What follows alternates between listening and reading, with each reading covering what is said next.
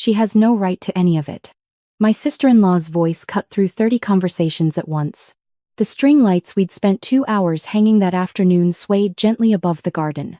Our guests' friends from the hospital, colleagues from my firm, neighbors we'd known for nearly a decade went completely silent. Someone set down a wine glass with a soft clink that sounded enormous in the sudden quiet. My husband turned from the drink table, his face shifting from confusion to something closer to dread. My sister-in-law stood at the edge of the patio holding a manila folder pressed against her chest like a shield, her eyes fixed on me across the garden. 10 years of marriage, that was what tonight was supposed to celebrate. I set down my sparkling water, smoothed the front of my dress, and walked toward her with measured steps. Before I say what happened next, I want to thank every one of you who has found this community. If stories of women who refuse to be erased speak to you, please subscribe. It costs nothing. And today's story is about what happens when someone mistakes your patience for weakness. Let's begin. I'd spent 6 weeks planning this anniversary dinner. The caterers had arrived at noon. The florist had arranged peonies and white garden roses along the length of our dining table, which we'd moved outside onto the stone terrace behind our Rosedale home. Daniel had been on call until 4 that afternoon and came home still smelling faintly of antiseptic, kissing my cheek and saying it was the most beautiful our backyard had ever looked. Our daughter Sophie had fallen asleep on the living room sofa at 8:30, and a babysitter was watching the monitor upstairs. I was 14 weeks pregnant with our second child and had been nursing the same glass of sparkling water all evening. Everything had been exactly right, until my sister-in-law walked through the side gate uninvited. She hadn't responded to her invitation sent 6 weeks prior, and Daniel had assumed she wasn't coming. They'd been distant since his grandmother's passing the previous autumn. I had not assumed anything of the sort. I had been waiting. She opened the folder as I approached. Inside was a document she held up for anyone nearby to see. A copy of what she claimed was an amendment to their grandmother's estate, signed 2 months before Eleanor passed, apparently redirecting a significant portion of the inheritance away from her to a joint account I managed with Daniel. She manipulated a dying woman, my sister-in-law said, louder than necessary. Grandma Eleanor would never have agreed to this on her own. Rachel is a lawyer. She knew exactly what she was doing. Daniel's father, Gerald, stood near the hydrangeas with his second wife, his expression unreadable. Daniel crossed the garden toward us. His mother's friends were watching from the far table. My own closest colleague gripped her husband's arm. I reached out and gently took the document from my sister-in-law's hands before she could pull it back. I looked at it for a long moment. Then I looked at her. "You're right that I'm a lawyer," I said. "Which is exactly why I know this amendment was filed improperly, witnessed by a single party in contravention of the Ontario Succession Law Reform Act, and contains a signature that doesn't match the 3 authenticated samples I had verified by a forensic document examiner last month." I handed the paper back to her. "You're also right that this needs to be discussed in front of everyone. So let's do that." The confusion that moved across her face in that moment, the way her certainty wavered before she forced it back, I had rehearsed for that moment in my head many times. I hadn't expected it to feel so quiet. To understand what happened next, you need to know how it started. Not at the garden party. Not even at the reading of Eleanor's will the previous November. It started with a statement from the Bank of Montreal that arrived at our house in late January, addressed to my husband, for an account I didn't recognize. Daniel was presenting at a cardiology conference in Vancouver that week.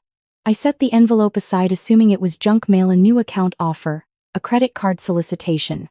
But it wasn't sealed properly, and when I set it on top of a stack of papers in his office, the flap fell open. The account number began with routing information I recognized from another document, one related to Eleanor's estate. The balance shown was just over $42,000. It had been opened 8 months before Eleanor passed. The primary account holder was listed as Daniel. The secondary holder, with full withdrawal access, was my sister-in-law. I didn't call Daniel that night. I am a corporate lawyer. I know the value of gathering information before making a single accusation. Over the next 3 weeks, I requested account histories through our estate solicitor, who had been handling Eleanor's affairs since her first diagnosis of vascular dementia 2 years prior. What emerged was a pattern that had taken time to build and would take time to dismantle. The account had been opened using a power of attorney my sister-in-law had obtained legitimately, at first when Eleanor could no longer manage her own banking after her second hospitalization. Small withdrawals began almost immediately, $800, $1,200, occasionally $2,000. They accelerated in the months before Eleanor's death. By the time Eleanor passed, just over $91,000 had moved through that account. Approximately $63,000 of it could not be traced to any expense on Eleanor's behalf. I hired a forensic accountant. Her name was Carol, and she had spent 20 years working with the RCMP's commercial crime unit before going private. I told her I needed discretion and a complete picture, and she delivered both. What Carol found went further than the bank account. My sister-in-law had also, at some point in the final year of Eleanor's life, introduced Eleanor to a financial planner who was, in fact, a former colleague and close friend of my sister-in-law. This planner had recommended Eleanor move a portion of her investment portfolio managed through a Rosedale-based wealth firm since 2001 into a new structure that generated significant commission for the planner, and mysteriously routed a portion of those fees into a numbered company, registered in my sister-in-law's name in Ontario. I sat with that information for a long time before I told my husband any of it.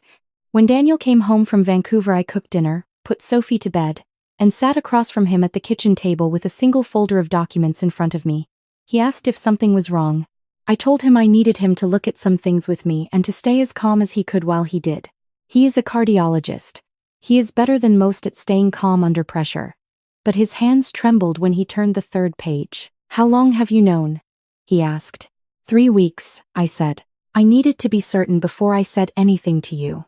He looked at me for a long moment. "And are you certain?" "I'm certain about the money," I said. "I'm not yet certain about everything else." The something else I wasn't certain about was Gerald. Daniel's father was a retired civil engineer who had managed Eleanor's personal affairs from a distance after her first husband, his own father, passed away in 2009. Eleanor was Gerald's mother. When my sister-in-law had first obtained the power of attorney, Gerald had been listed as a secondary signatory for oversight. His signature appeared on the original POA. It did not appear on the subsequent account opening documents, a conspicuous absence that told its own story. I needed to know whether Gerald had been deliberately excluded or whether he had looked away by choice. I met him for coffee on a Wednesday morning at a cafe on Yonge Street while Daniel was doing rounds. Gerald arrived in a pressed shirt and ordered an Americano and asked immediately whether everything was all right. I told him I had some questions about Eleanor's estate and that I was asking as Daniel's wife, not as a lawyer, and that I hoped he would be honest with me. He was quiet for a long time after I laid out what I'd found. "I had suspicions," he finally said. "About the money." "When?" I asked. "Before Eleanor passed. I kept my voice even." "And you said nothing?" "I confronted Melissa." He turned his coffee cup in a slow circle on the saucer. "She told me Eleanor had authorized everything. That she was doing what Eleanor wanted." Eleanor was confused by then. She couldn't remember our conversations from one day to the next. I told myself Melissa wouldn't do that to her own grandmother. He paused. "I told myself it to avoid a conflict. The amendment to the will," I said. "The one that redirects the cottage property and the residual estate funds. Did you know Melissa had that prepared?" He didn't answer immediately, which was an answer. "Gerald," I said carefully. "A single witness amendment to a will, prepared when the testator has a documented dementia diagnosis, isn't worth the paper it's printed on. Any estate litigation lawyer in Ontario would have it set aside within a year. If Melissa files this, she will lose. And everything else will come out with it." He set down his cup. "What do you want to happen?" "I want the truth to be on the table," I said. "All of it. Before it gets to a courtroom, there is a particular type of silence that falls in a room or a garden when someone realizes that the confrontation they had orchestrated has already been answered before it began. I watched that silence settle over my sister-in-law as I stood in front of our anniversary guests and suggested we speak openly. Daniel moved to stand beside me. I felt his hand at the small of my back, the same instinct he'd had years ago at a hospital fundraiser when a difficult donor had cornered me, and I was briefly, overwhelmingly grateful for him. "Melissa," he said, "whatever you came here to do tonight, it isn't going to go the way you planned." Her composure cracked in small increments. She looked from Daniel to me to her father, who had crossed the garden to stand a few feet away. Gerald did not come to stand beside her. He looked, I thought, like a man who had been carrying something heavy for a very long time and had finally decided to set it down. "Grandma would have given me that property," she said, her voice losing its earlier authority. She always said the cottage was meant to stay in the family. You convinced Daniel to push me out. Eleanor wrote her final will in 2019, I said. When she was fully competent and represented by her own solicitor who documented her capacity at the signing. I have that documentation. The amendment you're holding wasn't prepared by her solicitor. It was prepared by a notary in Barrie that no one in this family has ever met. The single witness listed on that document is a friend of yours. That doesn't prove. The forensic examination of Grandma Eleanor's signature on that amendment shows pressure inconsistencies and penlift patterns inconsistent with her authenticated signatures from the same period, I said. Carol Whitmore completed the analysis 6 weeks ago. She has 48 samples to compare it against. My sister-in-law's mouth opened and closed. Gerald spoke then quietly to his daughter. Melissa, it's over. Let it be over. The guests who had been near enough to hear began quietly moving toward the far end of the garden. My colleague caught my eye and gave me a slight nod. My mother-in-law's friends, who had known Eleanor for decades, stood very still near the roses. One of them had begun to cry, softly, in the way people cry when something confirms what they had feared but hoped wasn't true. What came after the party was messier and slower, and required the kind of patience that doesn't come naturally to anyone. My sister-in-law left without another word that evening. Her husband, a quiet man who worked in municipal planning and had always seemed uncomfortable at family gatherings, called Daniel 3 days later and asked if they could meet. He sat across from us in our dining room and told us he had known nothing about the financial accounts or the amendment. He had noticed money moving through their joint account in patterns he couldn't explain, and he had asked, and he had been given answers that didn't fully satisfy him, and he had his words let it go because he didn't know how to pursue it without blowing everything apart. He looked exhausted in the way people look when the thing they've been dreading has finally arrived and is somehow less catastrophic than the anticipation. Gerald met with Daniel separately. That conversation lasted nearly 3 hours. Daniel came home late that evening, sat in the kitchen, and stared at the countertop for a long time before he said anything. He knew she'd taken money, Daniel finally said. He didn't know how much. He confronted her and she convinced him it had been authorized. He made a choice to believe her because the alternative was having to turn in his own daughter. Did he know about the will amendment? I asked. He suspected she'd tried something with the estate documents. He didn't look closely enough to know what. Daniel was quiet. He said he thought it would all come out after probate and resolve itself. That it wasn't his place to intervene. But it was his place, I said. Yes, Daniel said. It was. The relationship between Daniel and his father did not break, but it bent in a way that would take a long time to straighten. Daniel told Gerald he needed some distance to process what he'd learned, that Gerald had allowed his silence to cost Eleanor's estate money that should have gone toward her care, and had allowed the confusion to linger in the family for over a year.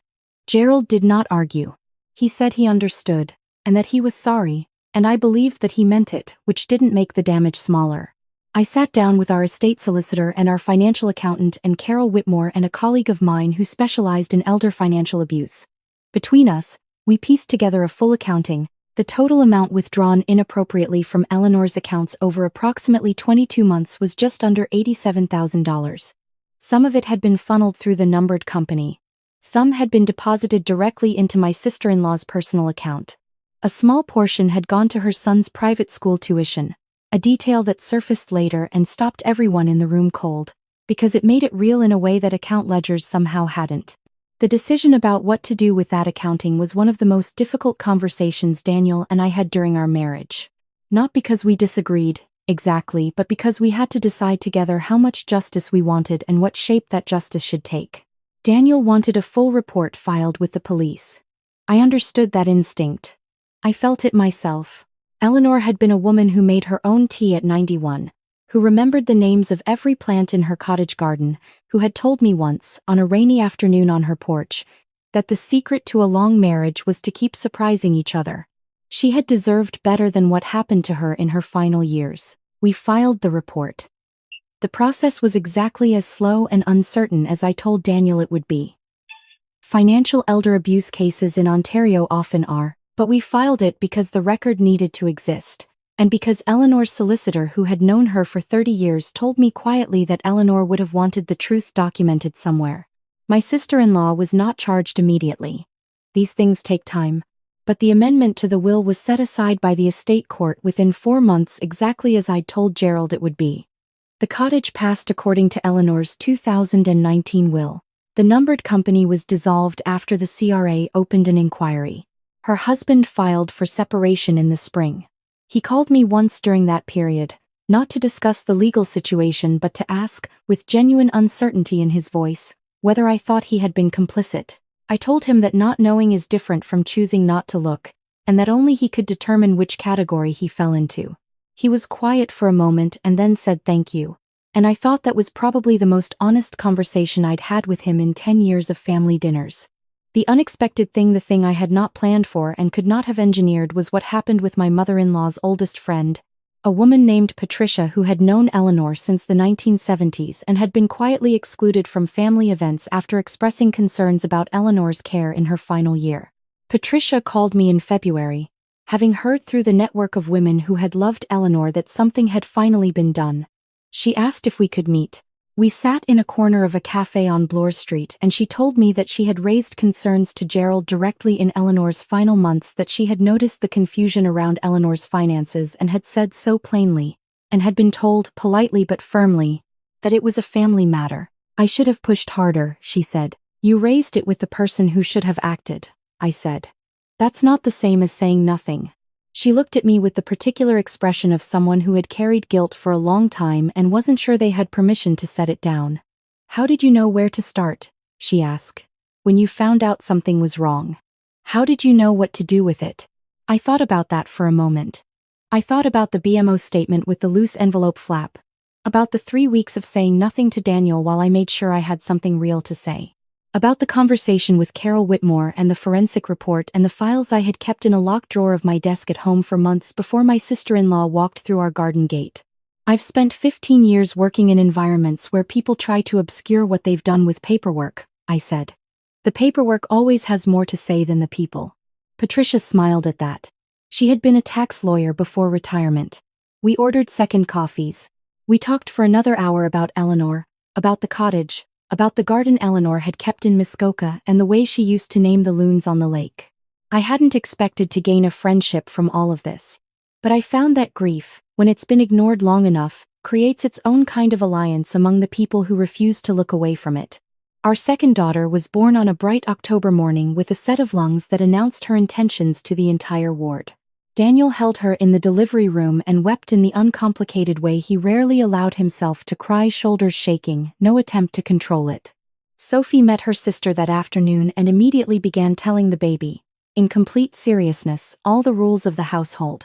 In the weeks after coming home, in the particular fog of a newborn schedule, I sometimes found myself awake at 3 in the morning with my daughter on my chest, running back through the decisions of the past year. Whether the report had been the right call, whether more harm than healing had resulted from pulling every thread. Whether Eleanor, who had been both practical and forgiving in equal measure, would have wanted this. I never fully settled those questions. I don't think you're supposed to. Justice and repair are not the same project, and doing one doesn't guarantee the other. My sister-in-law's life had collapsed in multiple directions at once: her marriage, her finances, the legal inquiry, the complete reordering of how her father's family saw her. Her son was still in school, still blameless, still going to grow up knowing that something had happened in his family that adults spoke about in lowered voices. That weight was real. I didn't cause it, but I lived with it anyway. What I held on to, in those 3 in the morning moments, was Eleanor. Not Eleanor confused and uncertain in her final months. Eleanor on her porch in Muskoka in late August, pointing out the exact angle of light that turned the lake copper in the evening. Eleanor telling me that she had changed her will because she had seen clearly, in her last years of full health, who in her family would protect what mattered and who would extract what was useful. She had not changed it because I had influenced her. She had changed it because she had known her own family. At the christening in November, Daniel's father stood near the church door looking diminished and careful in the way people look when they are consciously trying to take up less space. He held our daughter when Daniel offered her to him, and his face did something complicated and private that I didn't try to interpret. My sister-in-law was not there. That absence was its own kind of answer. Afterward, at our home, Patricia sat beside me on the living room sofa while the rest of the family moved around us, and she told me something Eleanor had said to her years ago, at the cottage, watching the water. She said the people worth keeping are the ones who stay honest when it costs them something. I looked across the room at Daniel, who was trying to convince Sophie that her baby sister was not, in fact, a toy. I looked at Gerald, making careful, halting conversation with my mother in the kitchen. I looked at the photograph of Eleanor on the bookshelf, the one from 2018, the summer before the first diagnosis, when she was still entirely herself, laughing at something just outside the frame. She was right, I said. The inheritance, when it was fully settled, funded a named endowment in Eleanor's memory at a dementia research program at the University of Toronto. That had been in her 2019 will, written when she was clear-headed and specific and entirely aware of what she was doing. It had been the first thing she listed. It was the last thing the estate resolved. I keep a copy of that provision in the same drawer where I once kept Carol Whitmore's forensic report. Both documents say the same thing, in different languages, that what we leave behind is chosen. That clarity, even when it's painful, is a form of love. The shadowed parts of a family are not always the parts that break it. Sometimes they are the parts that, once brought into light, show you which foundations were real all along.